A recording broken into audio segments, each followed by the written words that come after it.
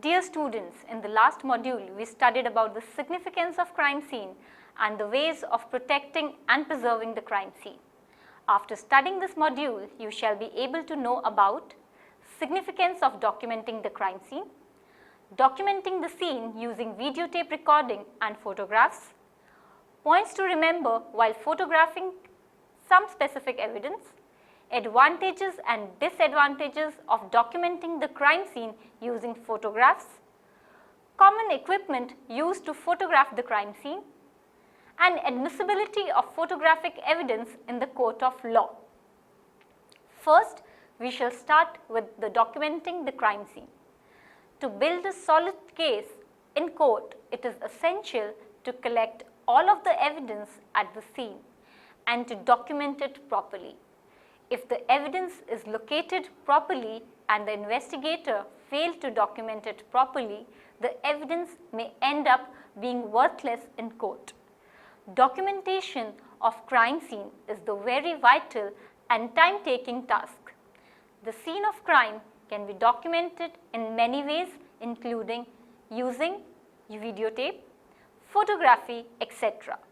The crime scene is documented in order to first, to have information about the original scene and linked places.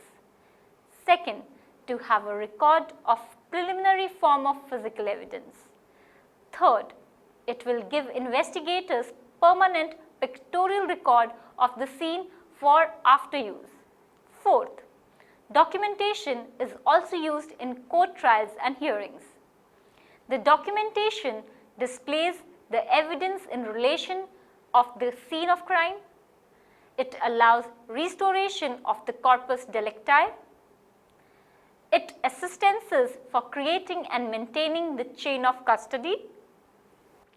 At each crime scene, there are two general queries for the crime scene officer. How will you discover the evidence and how will he appropriately document it once it is found? While documenting a crime scene, the crime scene officer must record the following information like who, what, where, when, how, and why. The documentation of crime scene can be covered by three procedures as stated under. Ideally, all three methods must be used. First is video recording and photography. Second is sketches and third is notes. Here only the significance of documentation of crime scene using video recording and photograph is discussed.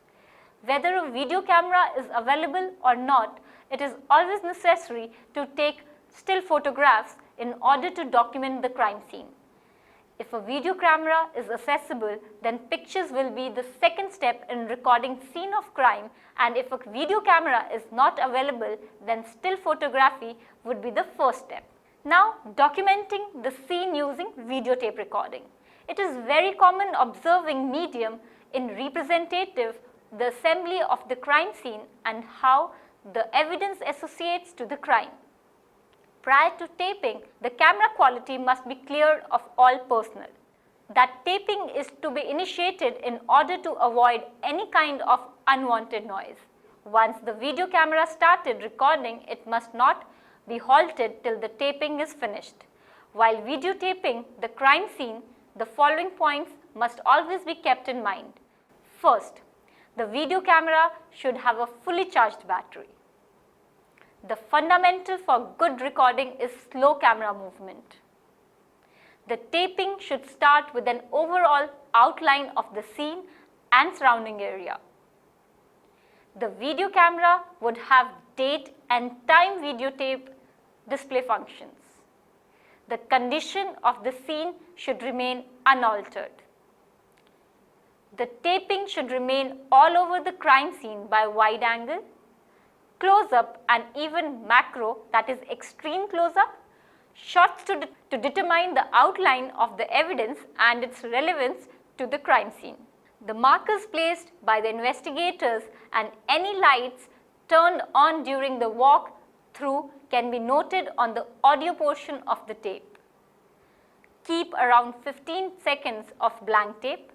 after the taping is complete to prevent the crime scene tape from running into anything else previously recorded on the tape. The tape after then shifted to a good quality master tape. The footage tabs must be detached from the master tape after shifting the crime scene tape, and the master should be stored in a safe place in order to prevent accidental erasure of the crime scene tape. If required, reproductions can then be prepared from the master tape. The widespread videotape is being applied in crime scene investigation in recent times, but some disadvantages are also there along with advantages of videotaping. First, the advantage: it provides an in-person view of the scene as well as of the evidence. Disadvantage: a person can never move too slowly when videotaping. Yet, it is also too easy to move the camera fast without realizing it. That's why videotaping is not ideal for viewing details. Next advantage is it permits for a continuous narrative of the crime scene investigator, especially during primary walkthrough and subsequent reconstruction of the crime. Now we shall discuss documenting the scene using photographs. Photographs and videotape demonstrates the similar kind of things, but photographs from the crime scene can also be used in direct comparison to situations. For example, one-to-one photographs, also called as real-size photos, can be used to match fingerprint or shoe prints snapped at the crime scene to unknown or known fingerprints shoe print from a suspect. While photographing the scene, first take enough photographs. It is quite usual to take 200 to 400 photos of a major crime scene. Take only those pictures which are relevant to the case, because everything photographed goes to the defense, so don't photograph anything inappropriate. Nearly every form of camera with suitable lenses and setup of 35 mm or greater is used in crime scene photography. The lenses of camera must comprise a 28 mm wide angle lens, a normal 55 mm lens, and a lens with macro capabilities in the ratio of 1:4 or better with this. The flash component should not be attached one with the camera and should be able to function at various angles and distances from the camera. This helps in allowing lighting of certain areas to provide maximum contrast. Place the flash in difficult to reach areas and reduce flash wash out, which can render the item photographed invisible. For one-to-one photography, a tripod, a level, and a small ruler must also be accessible. It can be of assistance to the examination to have a Polaroid camera handy for instant photographs. The photography of the crime scene must start with wide-angle photos of the crime scene and surrounding areas. The pictures of complete scene should show the layout of crime scene and the overall spatial relationships of the various evidences to each other. In indoor photography, the altogether four corners of the room should be photographed to show its overall arrangement. One set of photos should be of medium range to display the associations of individual portions of evidence to other pieces of evidence or structures in the crime scene. The significant parts of evidence must be photographed by taking close-up photos. What the investigator is capturing or desires to demonstrate in each photograph must be noted. This prevents the investigator from taking the photo back at a later date and trying to sort out what he was trying to achieve with the photograph. The sequence must be sustained while photographing the same areas. The photographer should take a methodological and logical sequence of photographs. The pictures of victims and individuals in the mob nearby the scene must be photographed. Take photographs that cover all viewpoints of the scene, which shows an inclusive vision, a medium vision, and close-ups. Close-up photos must comprise a scale that will relate with the article number used on the evidence custody sheet.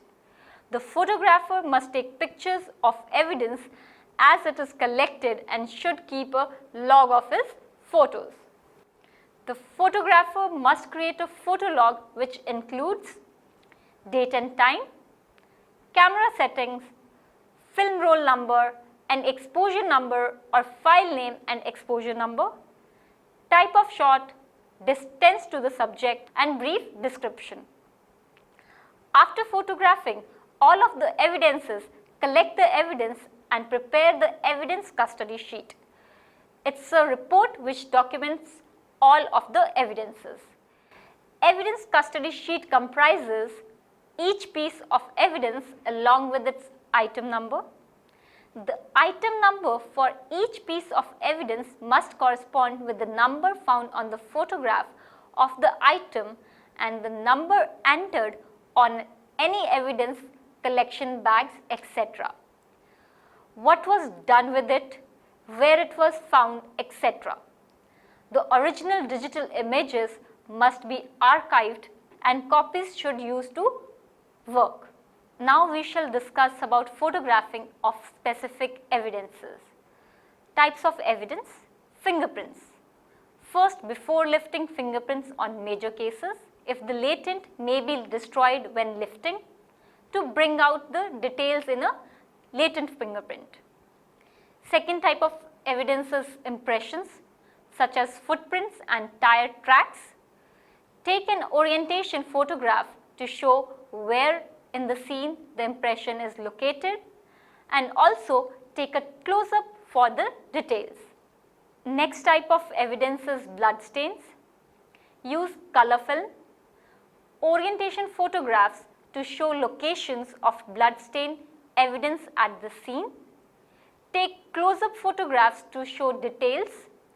Use a scale on the same plane as in the blood stain. Keep the film parallel to the plane of the blood stain. Next type of evidence is death scene including a corpse. Take at least 200 to 500 shots from every possible angle of view. Take photos to show body's location and position relative to the whole crime scene. Take close-up photos of injuries and weapons lying near the body. And after the body is removed, photograph the surface underneath the body. Now we shall discuss about the advantages and disadvantages of documenting crime scene using photographs. First, the advantages.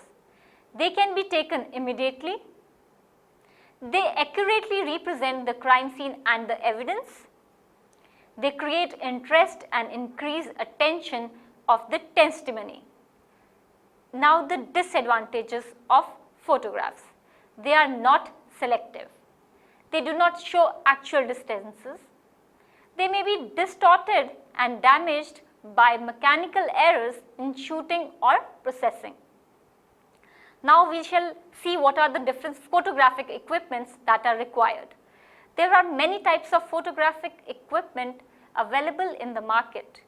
Some of the common photographic equipments mentioned are digital camera, instant print camera, fingerprint camera and video equipment. There are many kinds of photography carried out for several reasons. Here few details about the investigative photography and laboratory photography are being discussed.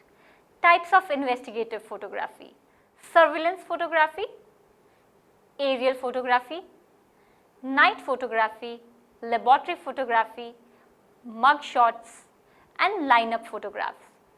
Now the types of laboratory photography. These are microphotography. It takes pictures through a microscope. Then is macrophotography. It enlarges a subject before photography. Laser beam photography. It reveals evidence indiscernible to the naked eye.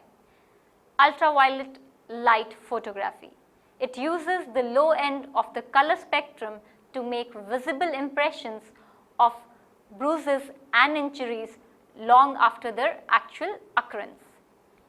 Now we shall know about the admissibility of photographic evidence in the court of law. Three major points of qualification of a photograph in the court. First, object pictured must be material or relevant to the point in issue. Second, the photograph must not appeal to the emotions or tend to prejudice the court or the jury.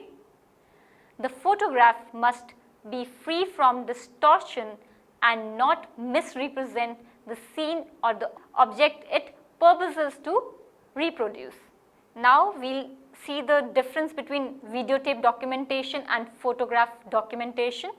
Videotape provides a viewpoint on the crime scene layout which cannot be easily perceived in photographs.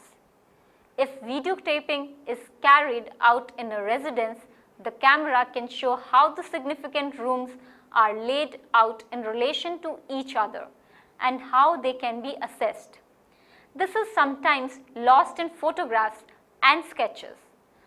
Actual size photographs from the crime scene can be used in direct comparison situations. For example, to compare fingerprint photographed at the crime scene to known fingerprints from a suspect, this lacks in videotapes. We shall conclude this module with the summary. Documentation of crime scene is done to record the original scene and related areas, the initial appearance of physical evidence to provide investigators and others with this permanent visual record of the scene for later use and for use in court trials and hearings. The documentation shows the evidence in the context of the crime scene, allows reconstruction of the corpus delicti, and helps to create and maintain the chain of custody. Photographs and videotape demonstrates the same type of things, but photographs can also be used in direct comparison situations. For example, to compare the questioned known fingerprints or shoe prints. Take photos to show body's location and position relative to the whole crime scene. Take close-up photos of injuries and weapons lying near the body and after the body is removed. Photograph the surface underneath. To qualify photographic evidence in court, the object pictured must be material or relevant to the point in issue. The photograph must not appeal to the emotions or tend to prejudice the court or jury. And the photograph must be free from distortion and not misrepresent the scene or the object it purposes to reproduce. Videotaping in a residence must show how the significant rooms are laid out in relation to each other and how they can be assessed. Before I end this module, I would like to make it a point again that photography and videotaping are very important forms of documentation. So this should not be missed while making a documentation of the crime scene.